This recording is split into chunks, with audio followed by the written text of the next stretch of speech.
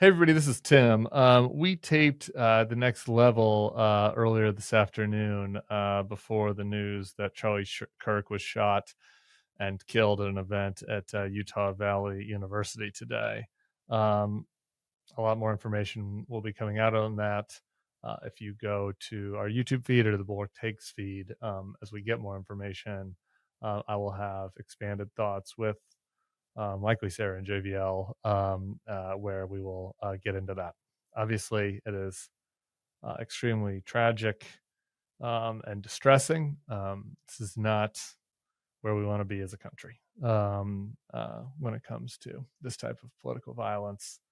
It doesn't serve any good, and I just I have my disagreements with Charlie, but I feel just so bad for his family and his wife and his two little kids, and it's just brutal news. So if you want more on that, like I said, go over to Bulwark Takes or check out YouTube, and I'm sure I'll be discussing it on the Daily Pod tomorrow.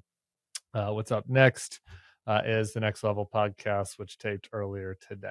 So stick around for that.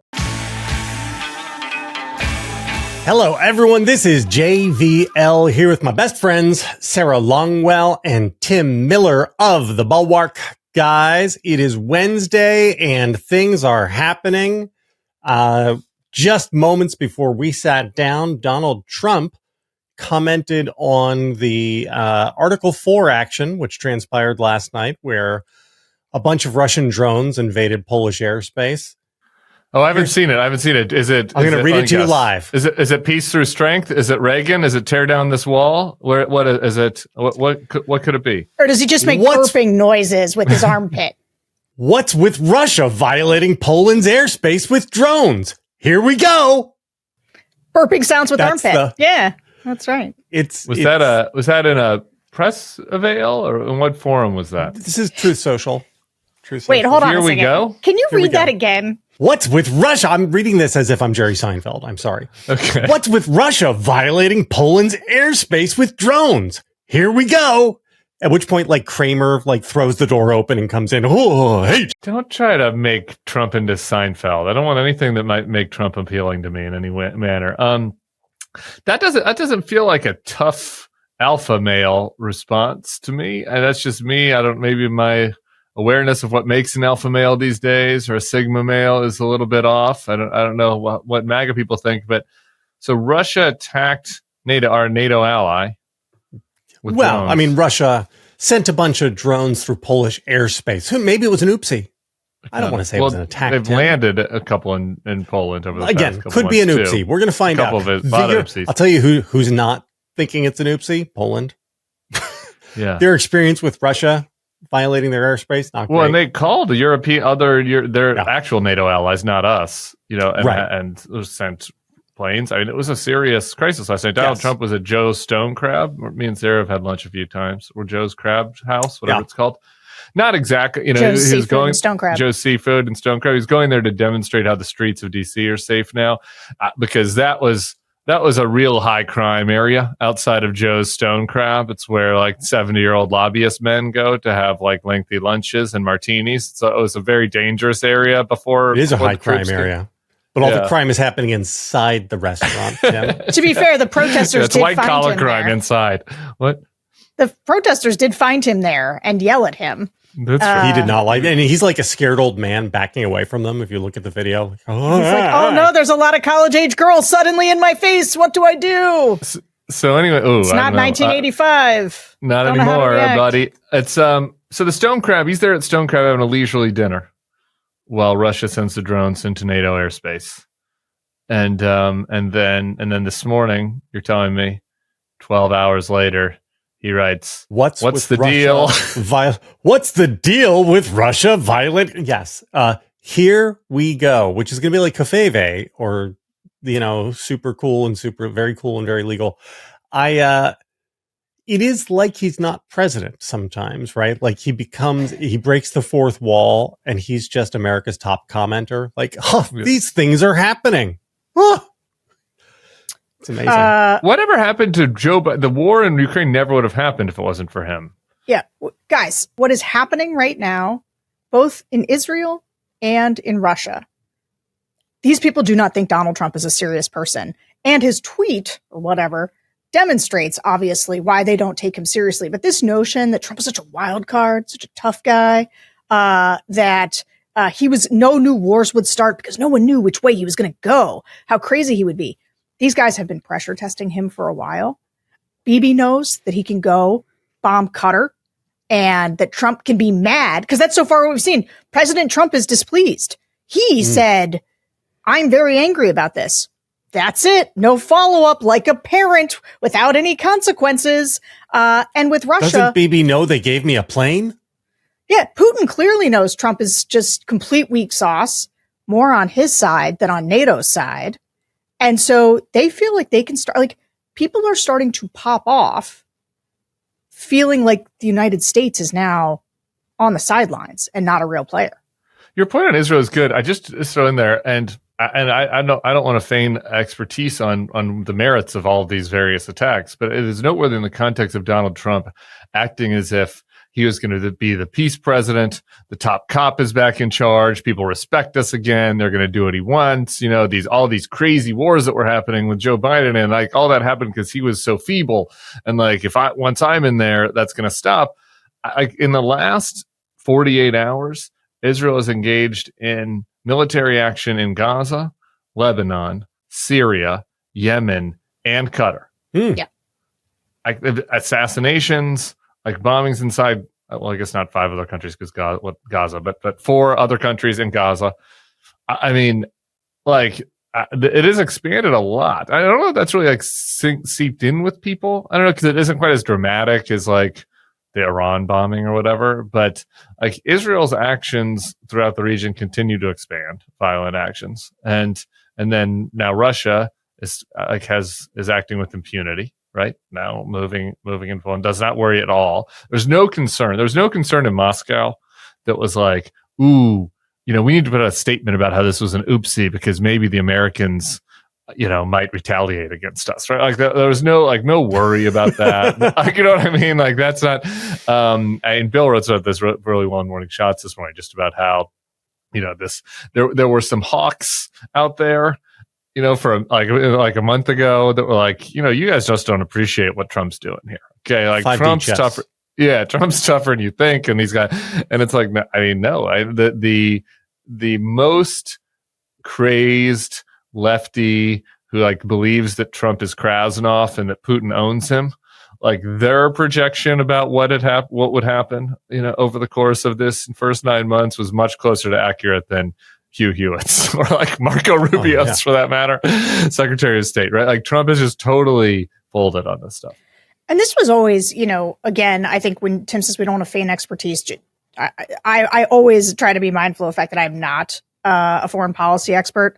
That being said, I do think that we all sort of knew that going into a dangerous world, Donald Trump was one of the worst people to be in charge, because if you know him like we do in America, and you know that it's all bluster and none of it is steeped in any understanding of the world or love of people, like he wants a Nobel Peace Prize. He doesn't want peace. And as a result, you're going to get, like, he's going to say, no, we're going to pursue peace through strength. And instead, we're going to get war through weakness, because that's what he's projecting. That's what he's shown Putin. I'm at this point, JVL, I wanted to ask you, Bibi is starting to act like a person who needs the United States less than a United States Republican president needs Bibi. Like, I know we bring a lot in terms of money and arms, but like, I don't know. He doesn't feel like he's saying to himself, boy, we've got to be really careful about how we, like, he didn't give America a heads up. Like, we found out because we saw the planes. The American military saw the planes. Took a while to get confirmation from Israel. And then we end up talking to Qatar first. And like, yes, we've got a relationship with Qatar, like a strong diplomatic relationship. It's not like, I mean, you know, American presidents don't routinely go to Qatar to demonstrate anything the way that they do to Israel. So like, what is Bibi thinking right now? So I have a theory on this, which is that Netanyahu has decided that he was going to tie himself to the Republican Party. And as a result, tie Israel to the Republican Party, which was going to shatter the sort of American bipartisan consensus on Israel, which has existed pretty durably for, 60 years, 70 years. And he's done that, I think. Like he's made Israel itself and certainly his administration like a partisan polarized issue, which is something Israeli governments had long tried to do. But what I don't think he understands really, and maybe I'm wrong, maybe this is unfair, maybe he does get it. I'm not sure he gets the existence of anti-Semitism on the right in America. Like I it seems to me that he really believes that like every anti-Semite in America is a, free Palestine college age protester lefty type. And this sort of thing is not like there is a fairly sizable faction within Trump's coalition, which tolerates Israel at best. And this sort of stuff puts Trump in a harder spot than I think Bibi realizes. I think Bibi thinks that he's got Trump by the short hairs just as a political matter. Like he thinks, well, Republican voters they are super duper rabid about Israel. And so Trump has to stick with me no matter what. I'm not sure that will always be the case. Yeah, you're right on the Trump part. And he does believe that he has it. He's probably right. Cause it's just like, well, we'll just do the Trump Tower Gaza Riviera will be so beautiful, right? And like he knows how to play Trump. Trump's not that hard to play. So I think that part is right. I mean, he has to be aware of the anti-Semitism issue on the right. He went on the Nelk Boys, which are this like the Canadian Manosphere podcast bros, and that turned into like a massive controversy after he was on that, and like the guys had to like apologize and try to be like, we're learning, we're trying to do better. And it was like these two 24-year-old Canadians in their dad's suits, whatever, that usually do podcasts about like farts and stuff. And so like anyway, he went on that show and there's a huge backlash, so like he had to be aware of that. So I don't know, maybe the backlash was because they had Trump on. No, because they had Bibi on. Oh, they had Bibi on. Yeah, there's a lot of people in that kind of like MAGA right, manosphere, whatever world that were like, whoa, like what are you guys doing? Because it was a typical Joe Rogan style interview. It was like, hey, Bibi, what's happening there? And it's like, oh, wow. Yeah. You know what I mean? Like all the questions they didn't really challenge him on anything. They were just. I wonder if Bibi thinks that JD Vance is on his side all the way. Because that probably strike me as a miscalculation. Actually, well, you could be right. I mean, here's the thing.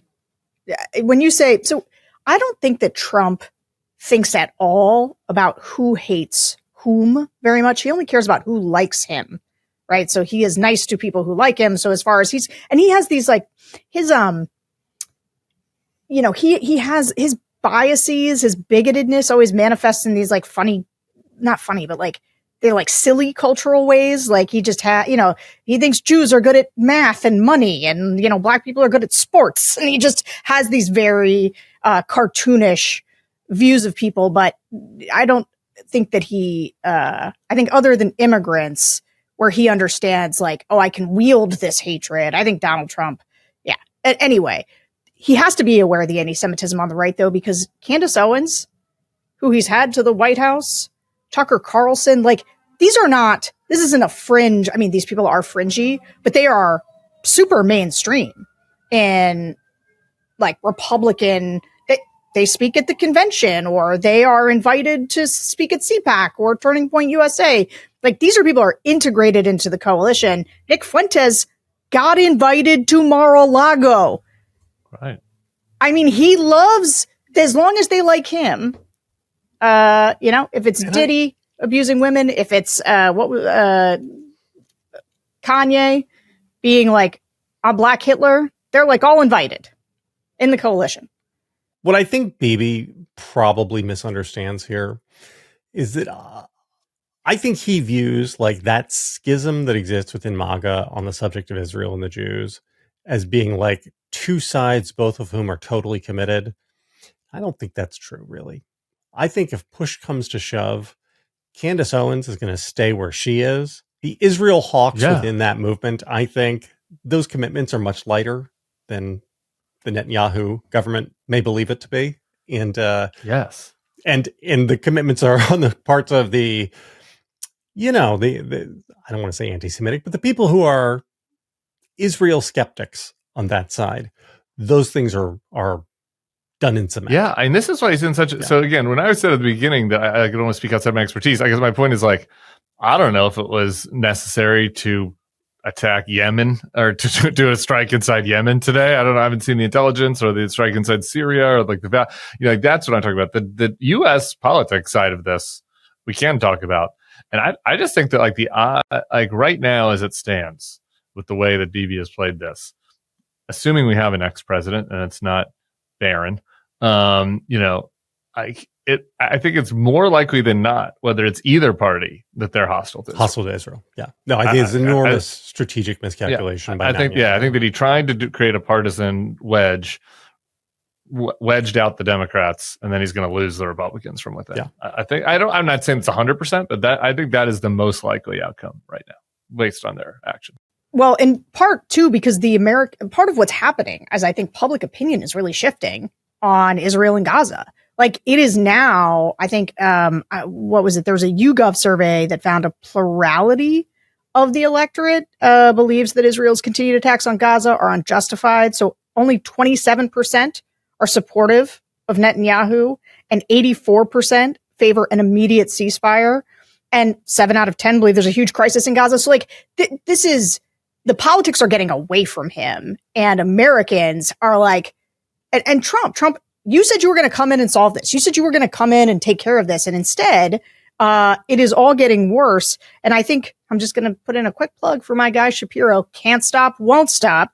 He said on August 5th, it's awful what's happening in Gaza, and we all have a responsibility to be there for those children. I thought it was also quite abhorrent what Prime Minister Netanyahu said roughly a week or so ago when he said there is no starvation in Gaza. He is wrong. So we can all be unified in our desire to see the hostages come home and also want these children to be fed. Those feelings are not mutually exclusive. So my hope is these hostages come home immediately, that the war ends, these children in Gaza are fed, and I think the United States of America has a moral obligation to see to it that they get to. And I think like that's the median position of voters right now. Maybe. Yeah. All right. Well, there's our foreign policy. Nothing gets people going like foreign policy on this podcast. It is pretty noteworthy. How about this? We can give some resistance porn to close the foreign policy section. I think it's funny. Trump comes in and he's like, "Oh, we're going to stop the wars on the peace president." We've put in Steve Witkoff, the outer borough real estate magnate, in charge of stopping both of the wars that people have heard of. And those are both escalating, frankly, now out of Trump's control. And yet Trump's talking point for for his very, very brilliant and well-read supporters is, well, I've brought peace deals to like 5 wars. And it's like, what ones is he talking about? And it's like Azerbaijan, Armenia, and Egypt, Ethiopia, and Egypt. Most of these are bullshit, which Mark Hertling detailed very, very well last week on the podcast. But it's like, if you think that you're going to sell people on the fact that like that the world is calming down because hostilities have abated periodically in Azerbaijan, while the Middle East is on fire and Russia expands its incursion. I don't know if that's going to work for Donnie and Steve W. But we'll see. I don't know. We'll see. Maybe Steve W.'s got a final deal up his sleeve. It is amazing to me the way that Netanyahu manipulated Trump. So he basically drags Trump into the Iran bombing. Trump does it. Like, it's not clear that he wants to. There's a lot of internal debate, but Bibi kind of forces his hand. Trump then does the great. Some are saying this is the greatest partnership that has ever been held, right? 2 nations walking hand in hand, blah, blah, blah. And as soon as he's gotten what he wanted out of, oh, great, we got the JDAMs, we got the bunker busters out of you. Great, next. We're going to keep going without you. Yeah, right. And America gets totally cut out of the loop. And here Israel's just like running its own foreign policy. And it's great. Heck of a partnership. Okay. Quite the world power we've got here. Quite the world power. Sarah, would you like to give us a word from our first sponsor? The good people at Naked Wines? Who wants to get naked? Have you ever had a really nice bottle of wine on vacation? Something that was exciting and a bit different from your standard stuff? That's kind of what Naked Wine is like. This podcast is sponsored by Naked Wines. Naked is a wine club that directly connects you to the world's best independent winemakers so you can get the world-class wine delivered straight to your door. Use our code THENEXTLEVEL for the code and password at nakedwines.com and get 6 bottles for just $39.99. It should last you a whole weekend.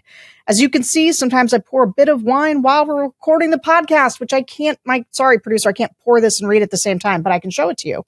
How do they do it? Naked Wine brings you amazing wine straight from the winery at up to 60% less than what you would pay in store. By cutting out extra costs like middlemen markups, winemakers can pass those savings on to you without skimping on quality. Naked Wines has been around for over 15 years and backs over 90 independent winemakers around the world to make the wine you love to drink. I've been rating the wine after I get it, and each shipment gets better and better suited to my tastes, and my wife and I can mix and match whatever varieties of wines we like. I tend to be a red person. She likes more whites. Now is the time to join the Naked Wine community. Head to nakedwines.com/thenextlevel, click enter voucher, and put in my code, THENEXTLEVEL, for both the code and the password for 6 bottles of wine for just $39.99 with shipping included. Oh, that's great. That's 100% off your first 6 bottles at nakedwine.com/thenextlevel and use the code and password THENEXTLEVEL for 6 bottles of wine for $39.99. Thanks, Naked Wines. Let's go to the birthday book, which is what we were going to start the show about, but then events took over. I guess we should just start with our audio of our president explaining what we were really seeing yesterday. We signed the WFC birthday letter. It's not my signature, and it's not the way I speak. And anybody that's covered me for a long time know that's not my language. It's nonsense. And frankly, you're wasting your time. All you do is trying to get off the great success of DC and about 200 other things we've done that are so successful. This is a great, great success, and we have so many. I don't think any president in their first 8 months has anywhere near the success that we've had.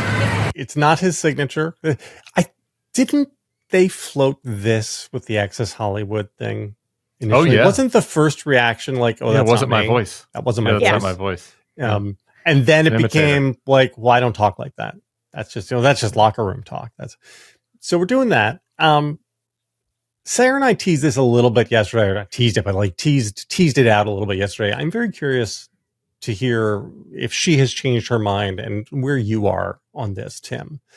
Is this a defensible position? Like, can he dig in here and make this work? Yeah, the question is can he just muscle through on that's not my signature? I'll just say on the Access Hollywood thing, what was funny is at the time he said, it doesn't sound like me. Like people who were in the room, he genuinely thought that doesn't sound like me. I have no doubt. Perhaps he thinks it genuinely doesn't sound like him. The big words and things used in that card. Enigma. Doesn't sound like a Trump word. So and like honestly, that was a little bit my first reaction to it too. Is like, this sounds too erudite for the president, but it's possible that he just forgets what he sounded like 30 years ago. His vocabulary has shrunk over the course of the last few decades. Because he's 80 years old. Yeah.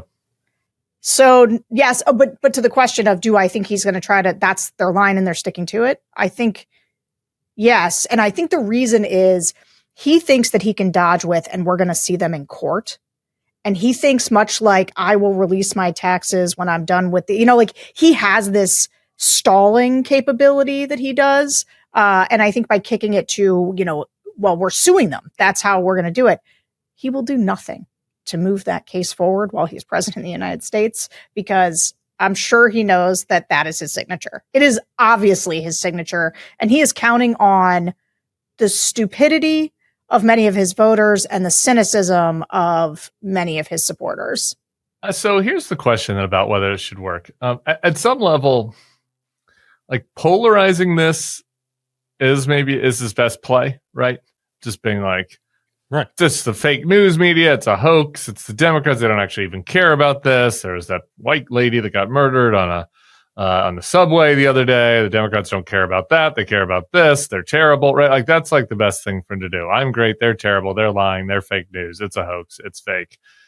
And hopes that provides enough cover for the people who do care, like that if the MAGA voters, if the MAGA base in mass decides that this is just a way to get their president, then they'll gladly stop caring about the pedophile stuff that they either did care or pretended to care about in the past with QAnon, and they'll move on to their top issue, and that maybe that's his best play, right? Like it's just polarizing this. The questions, though, are about the weakness of the play. Is does it work with the softer voters? Right? Like, does he start to get mocked in the comedy space? I'm not talking about like the late night liberal comics, but like the MAGA comedy space. Like, I think that's something to watch this week. Like, do those guys start to be like, oh, really? It's not your signature. It just looks exactly like you. Like, oh, really? You don't love young women? Like, that was your whole fucking brand for your whole life. Like talking about how much you love young women, right? Like it's a preposterous defense. And does that lead to mocking? And is that something that might unravel kind of that portion of his support? I think maybe. And the other thing is like, and so you and Sarah talked about this, and people should really just listen to the Full Secret podcast on this. But it like the strategy reveals that he thinks there's more there or knows there's more there. You know what I mean? And like that's the other reason why like it kind of doesn't work. Like it might work if this was it. I'd say yeah, maybe that works, right? But like it's obviously not it, right? Like I mean, as before. 36 hours ago, we didn't know about the big check about the depreciated female asset we don't know if Trump actually gave it to Epstein or if it was a gag, but that kind of relationship where he was like, there's a gag gift to, ESPN, college football, you make the field goal. That was also a forgery. The big check signature, also a forgery, I'm sure, forgery, Tim. Yeah. We haven't gotten to that yet, but I'm sure he will tell us that check, also a forgery. So that was something we learned. Carolyn Levitt my point is that there's more like Did that. She? That's all I'm saying. Yeah, go ahead. You're kidding, Sarah. Yeah, Carolyn Levitt's. No, yesterday I did this whole thing with Egger. I watched that whole press conference because I thought the American press corps is going to ask about Epstein. They must ask these things. Unfortunately, the Cutter thing had just happened. And so Maggie asked. Well, hold yesterday? on. Yeah. Yes. She's the only one who got in a clean question on this because the first person who asked the question, she said, hoax, hoax, hoax. Nothing to see here. And then Maggie did later. She picked it up and said, what's the hoax? Are you saying that the Epstein documents from his estate are fakes? And that was the only time Carolyn Levitt got flustered the whole press conference, was to say, no, I'm saying the whole conversation is a hoax. Democrats don't care about this. And so it is, look, it looks, this is the question. The question is, are people stupid enough? Are enough people, not because obviously there are some, but are people either stupid enough or polarized enough to let this go? Yeah, I know the answer to this one. You're asking the question and I know the answer. Call on me, teacher. Call on me. I don't know why I just walked myself into that. I think. Look, I was feeling better about it till you framed it that way, Sarah. Now, that was the question: is are the people stupid enough to accept this? Well, here's the one thing I think that all signs point to: he is freaked out about what else could be out there and what else could come out. And I couldn't tell you how lame the American media was, the exception of Maggie Haberman, in this press conference. It is also stacked with pro-Trump toadies who start their questions with, it's just so great to walk the safe streets of Washington, D.C. now that you've made them safer for us, Mr. President. Like, it is a straight up North Korean exercise in there. I actually was losing my mind. You should go watch the thing with me and Egger after it was insane, these questions. There are real media people left in this country. Please pull on these threads. You go through that book. My team went through the entire book. Call all the people in it. Donald Trump isn't just in the letter. He's all over this book. His name's all over the book. The victims who are included in the book, like very darkly, scarily, all say like they met Donald Trump. Like his number and like whatever the list that's at the beginning, like he's all over the place. Guys, do a quick rant to the media. The media fucking, like, it is so bad. It doesn't even get mentioned because nobody watches it. It is North Korea. It is so bad the way that they've stacked this with MAGA reporters asking these questions. And like, there is, it almost feels stupid to say, but like there was a whole cottage industry of conservative media criticism our whole lives. It's like the mainstream media is biased. And there were some points, there were times in which the mainstream media was biased, but like you never had this. Like during the Obama administration, it's not like you had in the front row, the AP reporter raising their hand and saying, "Sir, you've really, Obamacare. I'm on Obamacare now, and it's really so much better for me personally, and I really appreciate the work." You know what I mean? Like, it is crazy how just lick spittle they all are. It's almost and like they it really doesn't cared even about media it's just honesty. like, yeah, maybe they don't care about media honesty. That's a good point. Sorry, JB, what was your question? So here's my question, because I do think that this is a case where Trump does have one card on the table face down. And that is, what if he knows that Ghislaine Maxwell, Your accents is are really going- on point today. I'm everywhere. Studied at the Royal Shakespeare Academy. Governor. Pepe Le Pew. What if he knows that she's going to say, "Oh yeah, I did that"? That's not a card. Sorry, that's don't not think a so? That's a 2 card. That's a 2 card underneath the table. Okay. It's not any better than his current argument. His current argument of "it's not me" is Well, she could just say, like "Yeah, it isn't him. I did sure, it." but who cares what she says? I put it together for him because she's in a prison for running a grooming ring of young women that she like essentially brought into sex slavery. So I don't know that her it just testimony. seems like this is a signal helps him. to her that if she wants to get upgraded again to a better club fed, that there are ways she can help I just him. don't think. I mean, maybe he thinks that helps him, but I don't. I don't. I think Trump saying this is not me, as preposterous as that is better for his supporters than having his supporters having to be like, "Well, did you listen to what the child rape lady had to say about Trump?" You know what I mean? It's better. Yeah, I don't think so. I don't think that's right. Okay. I just don't think that helps him any. I think that the card he has got cards, but I don't like his card. The card that he has a cult. That's the card that he has. So he can what say then about the FBI the informant line that Mike Johnson trotted out? He had to walk that back. He walked that back. And in like a way that he realized he'd made a big oopsie. Because an informant's a pretty specific thing. You make a claim like that is based entirely. Trump isn't a rat. No, he had to come back and say it wasn't true. That he just meant, broadly speaking, it's just common knowledge that Donald Trump would have been helpful to the police if they'd asked him to. Like he just. This is the point. Like Trump has no argument on the merits. It doesn't matter what people say. It like truly doesn't matter. There's no point in analyzing it because it's like the whole point is a humiliation ritual and a cult development exercise where it's like you guys are going to say whatever ridiculous shit I say about this, and that you're going to do it because you don't want the libs to win and you want me to win and you don't want to give the other side any quarter. And so I'm going to say whatever I want. It is definitely from a place of weakness. Like it'd be better if he had a compelling argument, right? Like I think they would rather use a compelling argument, but they don't have one clearly. And so they're going to do what they've done several other times with Trump before, like the fact that he didn't lose the election and just gut it out and assume that the cult stays with him. And I think it's not too bad of a bet, really. Well, if it's a stupid conversation, Tim, I'm sorry for wasting 12 minutes of our lives on it. Did I say it was stupid? Yes. You said it's stupid to even talk about what people are saying. I mean, it kind of, it kind of is, right? I mean, like the strategic arguments about his fucking spin on this. I mean, it's like it's preposterous. I'm here to accept constructive criticism. That's fine with me. I feel like you're like taking it as a personal attack. I never it's not meant that. as such. Hey guys, can I just say, go ahead. Here's this Epstein stuff, and just why I continue to make a case that it's important is that I think he did something pretty bad at some point, and he knows it. Like he seems there's a lot of stuff in his past. I'm not saying he was like a participant in the island and the sex ring, but like that he's done a lot of. He was clearly culturally enmeshed in a world in which they were all abusing, or by abusing, they were all having. It's not clear that he was abusing underage girls, but like.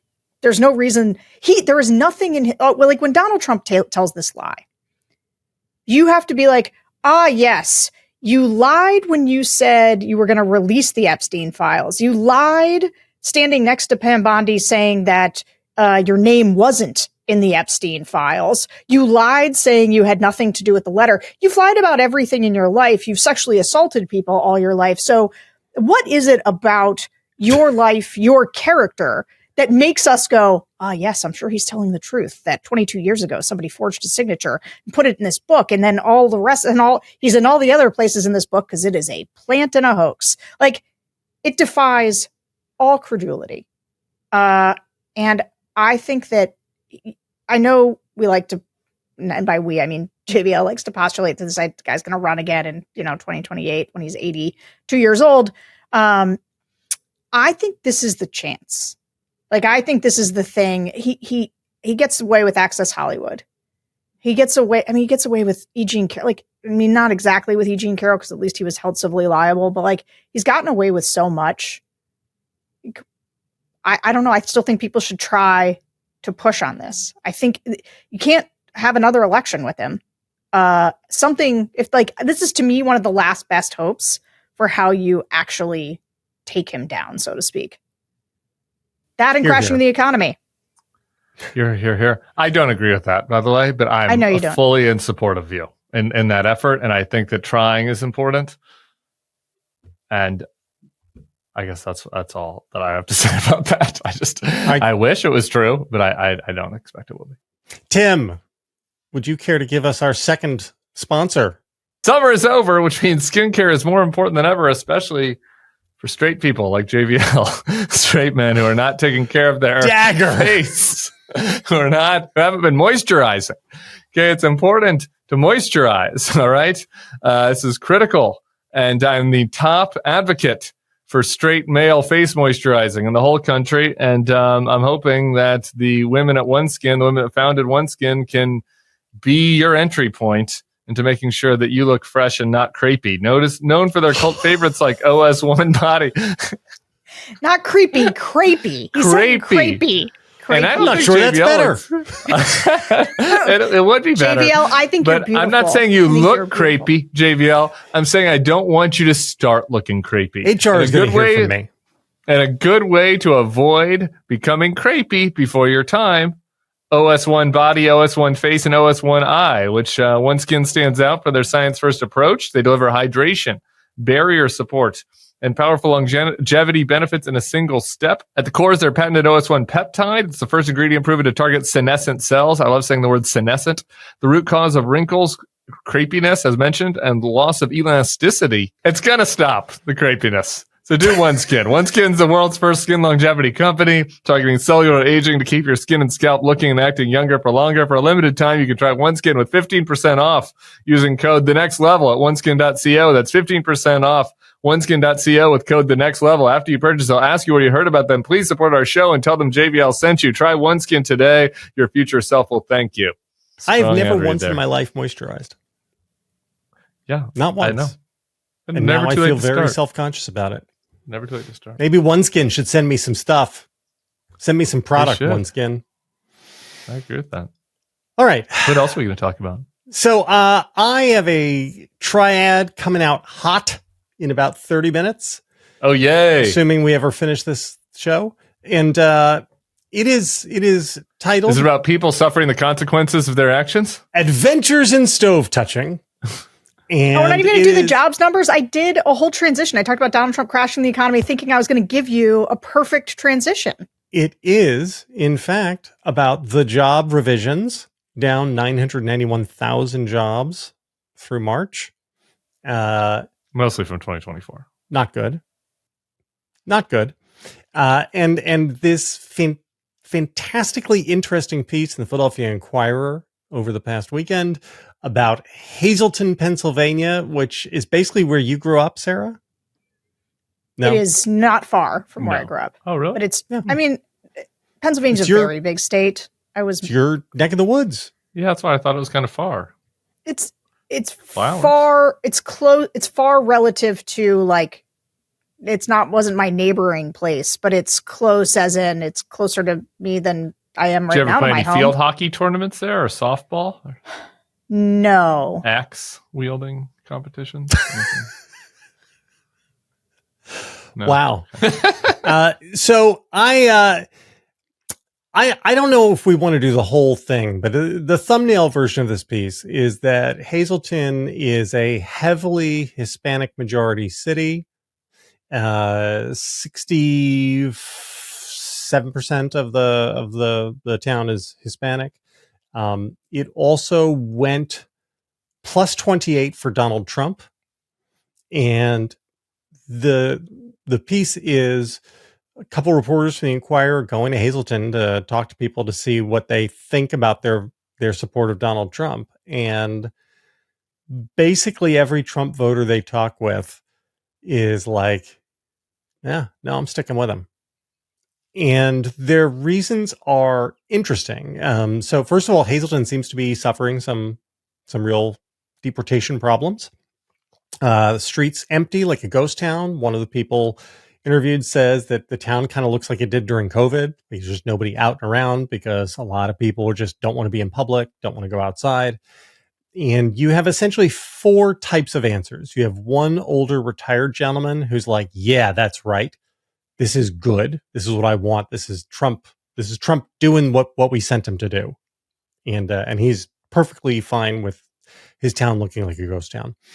You then have a woman who says, no, everything is fine. I think all of this ICE stuff is just overblown on social media. And, like I've heard from people that things are smoother than ever in immigration, which is like, oh, interesting. Okay. Then you have a gentleman who owns a barber shop, which is empty, who says that, it seems to have really hurt his business. And a lot of Hispanic folks are just staying indoors and staying out of public life because they're afraid of getting rousted up and arrested by people in masks and deported. But he's confident that Trump is only actually going after real criminals, and he's looking forward to all of the good effects of Trumpism coming in the next year. And then you have a lady who says, yeah, this is all really bad. And it's, like if people are afraid to leave their homes, and it's awful. And I just, but I don't blame President Trump. It's just that there is these extremists surrounding him and these overzealous ICE officers. And like, if only he knew. Anyway, I just wanted to open this up for conversation. Tim, why don't you go first, buddy? Sometimes I'm glad that we covered up the window in my second floor studio, to create better lighting for me, because occasionally I just want to just jump out at, do a little swan dive. I do go back to the David Frum thing that he's been so good on for however many years we've been in this nightmare, 8 years now. He kind of always compared Trump to being like a con man, that if you have a friend that gets caught up by one of these property deals, and they put some investment in and it turns out to be a fake and they lose their shirt, and you go and, try to warn them that they're being conned, they get mad at you instead of the person conning them. Like there's that, like that is just human nature, right? Like it's human nature to not want to say, this was a miss by me. Luckily not for me. I have many personal weaknesses. I love saying that I'm wrong. It's fine with me, but most people really dislike that. That goes against a lot of people's just core human nature and experience. It's very hard to get people to say that they were wrong. But like, I get depressed when I hear these stories because in the case out, right? Like my case out, Sarah offered her Epstein case out earlier, which I would love to be wrong about that and for her to be right.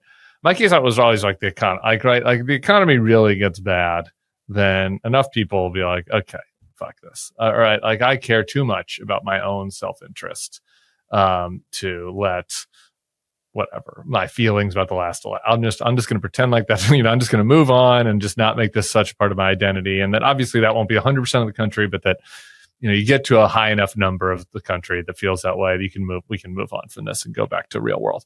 But like, if it didn't happen during COVID, And it's not happening in a town where there's like a micro version of this, right? Where like the town economy is really struggling, like as a result of the ICE raids, and you're seeing maybe what might be coming to the rest of the country in micro here, and you go there and people are still like, well, Mr. Trump's doing his best. And you start to really grasp for other paths out, and that's the part that gets me to want to start smoking a cigarette. So there you go. That's my reaction. Sarah? I have a different reaction. Great. I know it. Thank I God. know it. Yeah. So Hit me. one is just as a quick matter. It seemed to me when I started reading the piece, the fact that they couldn't find a lot of people meant that the people they ended up talking to were the ones who were not hiding. And so perhaps if you talk to the people who were hiding, you might get a different answer All than right, the ones Sarah. who did. Okay, now we're The talking. Hopium Chronicles, brought to you All by right. Sarah It's not Longwell. about hopium. I'm It's just not making opium. a logical observation Okay. about selection bias. All right, Okay. great. Yeah, Because okay. if you're sorting people, as I do for qualitative stuff all the time, and you sort and you say, give me the people who currently aren't afraid of Trump, the Hispanics who currently aren't afraid of Trump, and versus the ones who currently are, probably get two different answers or from those two different groups of people, right? They sound very different. My second point on this, okay, so besides selection bias, is Hispanic support for Donald Trump is actually cratering. I understand they found these people to talk to in Hazleton, but nobody, young people and Hispanics, are the ones who came late to Trump and are abandoning him first. I think the latest YouGov poll, it took me that I had seen, but this is all over the data. It was Reuters. Trump's support among Hispanic voters is at just 32%, the weakest level recorded since he returned to the White House. The decline is mirrored in the latest YouGov Economist poll, which shows Hispanic respondents breaking 28% approve and 68% disapprove. So I also think like and then I'm going to bring you my third piece of what I think has always been good news for Trump, but very bad news for Republicans. And it is in the words that last woman said, which is, it's not Trump himself. It's the rest of these people around him, which it's how I felt listening to Kevin McCarthy brag about Donald Trump's Saddam Hussein-like numbers in all of these places. Just these Republicans speak in awe of him and his turnout machine. And I'm like, yeah, Kevin McCarthy, and you don't have a job anymore because they hate you. They like him, but Donald Trump has spent his last 10 years shitting all over the Republican Party. They don't like you. Trump was a celebrity. Trump has a gold toilet. Trump did a bunch of things that have endeared people to him, but we don't understand it. We find him repellent.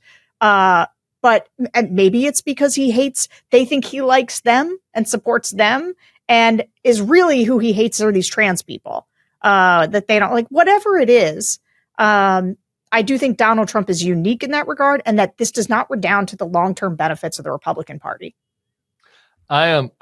That was nice. That was the buck up I needed, and those are both accurate points. The thing that I still am felt leaving a little hollow about and still desiring a cigarette over is like, I want, and I know this is just more about me than about anything, but whatever. It's our podcast. It's our channel. So you have to get to listen to my feelings. I want them to be fucking mad. I want people to be mad. I don't want his Hispanic approval number to be dipping down from this to that. Like I want a reporter to go to Hazleton and to be like, I'm at the barbershop and the people in the barbershop are fucking pissed. Did I break the internet when I slammed it down? What happened there was Tim was so mad that his hate fire actually knocked out his internet. Tim is back with us on his phone now. Yeah. But before we move on, this show is sponsored by the Wild Alaskan Company. It's a constant battle for all of us to find the highest quality food we can get. But for seafood, I look no further than Wild Alaskan Company. I'm a tough customer when it comes to seafood, but let me tell you, the coho salmon and Pacific cod from Wild Alaskan tasted like I was in a remote cabin in Saskatchewan, not in my brownstone in Manhattan. Wild Alaskan is 100% wild caught and never farmed. This means there are no antibiotics, GMOs, or additives, just clean, real fish that support healthy oceans and fishing communities. Wild Alaskan fish is frozen off the boat to lock in taste, texture, and nutrients like omega-3s. Wild caught from Alaska, every order supports sustainable harvesting practices, and your membership delivers flexible shipments, expert tips, and truly feel-good seafood. If you're not completely satisfied with your first box, but you will be because it's amazing. But if you're not, Wild Alaskan Company will give you a full refund, no questions asked, no risk, just high-quality seafood. Not all fish are the same. Get seafood you can trust. Go to wildalaskan.com/next level for $35 off your first box of premium wild caught seafood.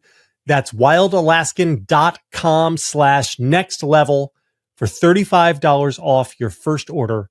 Thanks to Wild Alaskan Company for sponsoring this episode. That's how you do a professional read there, kids. Yeah, I made some pollock fish tacos last week from Wild Alaskan. Woo! Positive reviews. Folks were happy. Amazing. All right, so we got to talk a little bit about some big news from Kamala Harris's book. I got many people who were very unhappy with me a couple months ago when I said that I didn't want to hear a self-justifying campaign book from Kamala Harris. All respect to her, in that I thought she did actually an excellent job. I'm sad she's not president. I thought she waged a great campaign and helped hold on to a bunch of seats that would have been lost had Joe Biden been running. But we now have our first excerpt in The Atlantic, and I'll just read the money quote. It's Joe and Jill's decision. We all said that like a mantra, as if we'd all been hypnotized. Was it grace or was it recklessness? In retrospect, I think it was recklessness. The stakes were simply too high. This wasn't a choice that should have been left to an individual's ego, an individual's ambition. It should have been more than a personal decision. Yowza. Hardcore Team Kamala. Hardcore, she's right. I read the whole excerpt. I don't want to, I'm going to use this word. I'm going to use it advisedly. So everybody chill out. But like, it's a little, like she's complaining. She is complaining about her treatment as vice president. Yes. And there's a lot of that in it. Yeah. I mean, and so it sounds complaining. On the other hand, I read the whole thing and I was like, show me the lie. Like the idea that they both set her up for failure, did not defend her when people were coming after her, that they hung her out to dry in all kinds of ways. And so like, actually, I don't know. After reading the excerpt, I'm sort of more in favor of her at least getting to, because I learned even just in this excerpt. Now, I don't necessarily think this is exactly the right way that they were going to go about things policy wise, but it sounds like she wasn't the border czar. Like she was trying to figure out how to go to Mexico and boost their industry there so that people had and money. Guatemala and and El Salvador. Yeah. And like she was working on economic and I don't know, this makes some sense. But like, that is a totally untold story. And she's like, why weren't they talking about these? Why weren't they talking about her successes? And I think the answer very clearly is, and will be elsewhere in the book. She says this, if she shined, they assumed it dimmed him. And so like the level of ego that it took, I mean, all it does is re-enrage me about like this. And you know, but it does enrage me about everybody else who was present too. Cause this idea of it's up to Joe and Jill is an abdication of responsibility of the other people who were around him. But she's right that she was the worst person to make that argument, right? Because it looks self-serving if you're her. Anyway, that was my first impulse. I mean, as Sarah said, show me the lie. Everything in there is exactly right.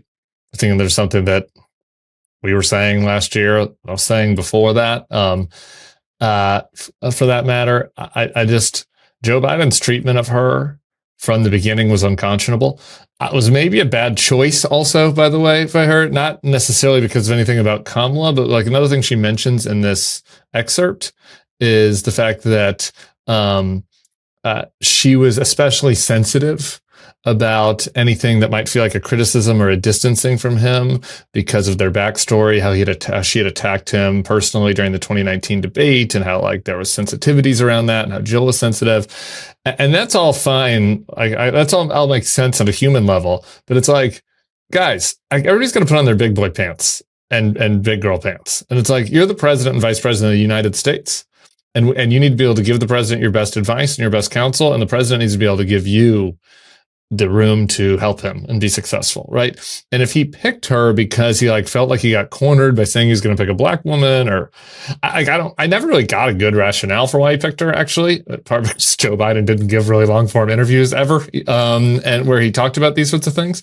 So maybe there's another reason, but if you cannot pick somebody to be your vice president and then resent them or be concerned that they're going to come for you, right? Like, I don't, maybe you could imagine a situation where you might want to do that. You're like, back in the 60s, civil rights era, you had to, a Democrat had to pick a segregationist to balance out the ticket or whatever. Like, sure, there may be some reason to do it, but this wasn't one. Joe Biden could have picked anybody and he would have won. It wasn't like Kamala Harris was a critical key cog in him winning in 2020. I don't think anybody would say that. So you would think that he would pick her then as a governing partner or as a pass the torch type person, at which point he needs to set her up as a governing partner and a pass the torch type person. And he didn't do that. He did the opposite. He saddled her with shitty work. They didn't do anything to buck her up or buff up her profile, and his treatment then, and then obviously his behavior in 2024 was reckless, egotistical, and there's just no other way around it. And so I don't think that there's any reason to object to any of it. It's exactly right. His behavior was just frankly appalling when it regards to her, and then regarding the choice to run again in 2024. And my only nitpick of it. Some people's critique will be like, why are you doing this now? There's not another election until next November. I feel like it's as good a time as any to go out there and do this. I think that it's kind of silly to be like, oh, well, this news cycle will distract from Trump's thing. And it would be better, I guess, if we were just talking about Trump being terrible the whole time. But I don't begrudge her doing this right now, frankly. But my nitpick is like, I don't know. The stakes were really high when she took over, and she had a really tough job. I get it. She was thrown into a tough spot. She only had 107 days. It's right there in the name of the book. But like, if you felt like in order to win, you needed to distance yourself from Biden more, or you needed to distance yourself from him on Israel, Gaza, or you needed to distance yourself from his policy on the border, like you needed to do it in September of 2024, not September of 2025, right? Like, and that's like my critique. Like I get it. I understand why you're sensitive, and I think he put her in a bad place, but also you're running for president of the damn United States. And like, and I think that frankly, especially given Biden's capabilities, from a communication standpoint, I think that she could have done the same thing back to him that he did to her, right? Like he put her in a box a lot of times. And I think that she could have done the same thing just by going out and doing interviews and being like, Joe Biden is wrong about this. Like what was Joe Biden going to do? Go out and do an interview and say, I'm pissed at Kamala or whatever? I don't think so. I think he would have grumbled privately. And so anyway, or like that's my nitpick. I mean, yeah. Because they were not treating her well publicly. Like right. This is where, look, she is complaining about her treatment, but I think her complaints are valid for sure throughout this thing. And your point about, it's the problem with books is you're always like learning things. We're like, well, but if you knew this, why didn't you behave differently? The stakes were so high. And like, you beg people to sort of have realized this in the moment. But I just think like when it comes to blaming people for 2024, she gets the least amount of mine. Like I think that, same. Oh, I agree with that completely. Like it's like not even close. Like I don't think she should run for president again in 2028. I'm not sure I'll be interested to see if that is kind of how this book is positioned. But to me, actually, it just feels like, no, I get to have my say about how this went. And especially because Joe Biden has been out there. I just don't begrudge her when Joe Biden has gone out there being like, if it was me, I would have won. Like just the most insane takes possible. And yeah, anyway. No, I am Joe Biden super fan number one, right? I think. Fair to say, yes. If you still want to keep that title, I don't think there's a ton of competition out there for it. But not sure. a lot of competition. No, I'm just saying that I come to this as somebody who thinks that he, on the merits, generally did an outstanding job as president on all the things that turned out not to matter, and that he was catastrophically wrong on like the single big issue, which is how do you stop Donald Trump from being president again? And when I read it was Joe and Jill's decision, that fills me with rage. Because there is a cult of the presidency which sees like the presidency as the president is the decider, right? And it's because he was elected, and I understand that. And that is true for normal times and normal issues. And ultimately the final call has to be the president's because somebody, but the truth is these things are institution level decisions. And like, who were the people at the table making the argument to Biden that he shouldn't run? Right. And like there should have been a very vociferous conversation around him, led by him, saying, so what do we think here, guys? Is this the right decision or not? And the fact that that does not seem to have happened is a scathing indictment of him. And it's fine in normal times for the president to just assume that he's going to run and to not want to hear dissenting voices on this. But this was not normal times. The polling was all very bad for him, right? I mean, it isn't like nobody knew that things were that I mean, Bill Kristol was writing about it every day. Yeah, you know, like the polling was grim, and the fact that he approached this as well, it's me and my wife making this decision for America, and I'm not even like asking other people to give me other inputs. That's bad. That's very, very bad. That is malpractice. Yeah. And like, can we just take a look for a second at the way Trump and JD Vance are? Like, just think about the difference in how much you see them, how much they're talking, how much JD Vance is out there building up his own brand, and Trump is supporting him. He's supporting Trump. He gets tons and tons of airtime, tons and tons of visibility. He just sits down with Laura Trump. Everybody pretends like it's a real interview between an actual interviewer and the vice president, as opposed to the president's daughter-in-law and his top stooge, but like, and shitposter in chief, but whatever. Like, they didn't do any of that. None of it. Like, when I was banging on, and everybody's like, Sarah's so negative about Biden because I was constantly bitching about their communications thing. Like, you can just see it flex side by side. It's like not even close. They're not even in the same universes in terms of the way that they talk to people. Like, you want to know why Trump won? It's because people saw him all the time, because he seemed better. Biden was hiding and they hid her. They should have used her to elevate him. She was better than him. And instead, his ego was so afraid of her outshining him that they wouldn't let her be out there. And I just... So for what reason? You're the president of the United States. Like, what reason was he worried? But like, what was... So who cares if she outshined you? You're the president. You got everything you ever wanted. You got your life's dream. Like, what? So what? You're worried that David Ignatius on Face the Nation is going to talk about how much more spry Kamala is? Like, what are you even worried? Like, the whole thing is just so shallow. And I got to tell you, here, I'm just going to say one last thing. It's not the problem with Biden and his age wasn't just Biden's age. It was that he had a bunch of very long time people around him who were his advisors, who it was their last shot at power. It was their last chance to be in the room. And they didn't want to give it up either. And a bunch of people made incredibly selfish choices. And the entire, like, the American experiment hinged on it. And like, we got to deal with the Joe Biden's ego. Like, what's his name's ego? The guy's Mike Donilon. Mike Donilon. Hunter, the guy whose judgment is historically awful, right? What got to say in this? Like, I don't know. Like, I think about how we make decisions at the Bulwark, just at institutional levels, and for the things that are the tiniest level, you know, they're important for us at the Bulwark, but have nothing to do with like the fate of liberal democracy. It's like, well, we get a bunch of people with opposing views in the room. We sit around and hash them out. Like, we don't just say, well, it's really, you know, it's Sarah Tim's decision. Yeah. It's going to hurt Tim's feelings. I got a final thing that I want to say that's, again, that's not actually about this. JVL, you totally skipped over the jobs numbers and the revision. Like, we hit it, we said it, but like, we didn't dig in on it. And I had one thing I wanted to say on that. Go ahead. Remember how I kept telling you that people they were not feeling a positive economy? And everybody was like, the economy's good. The economy is good.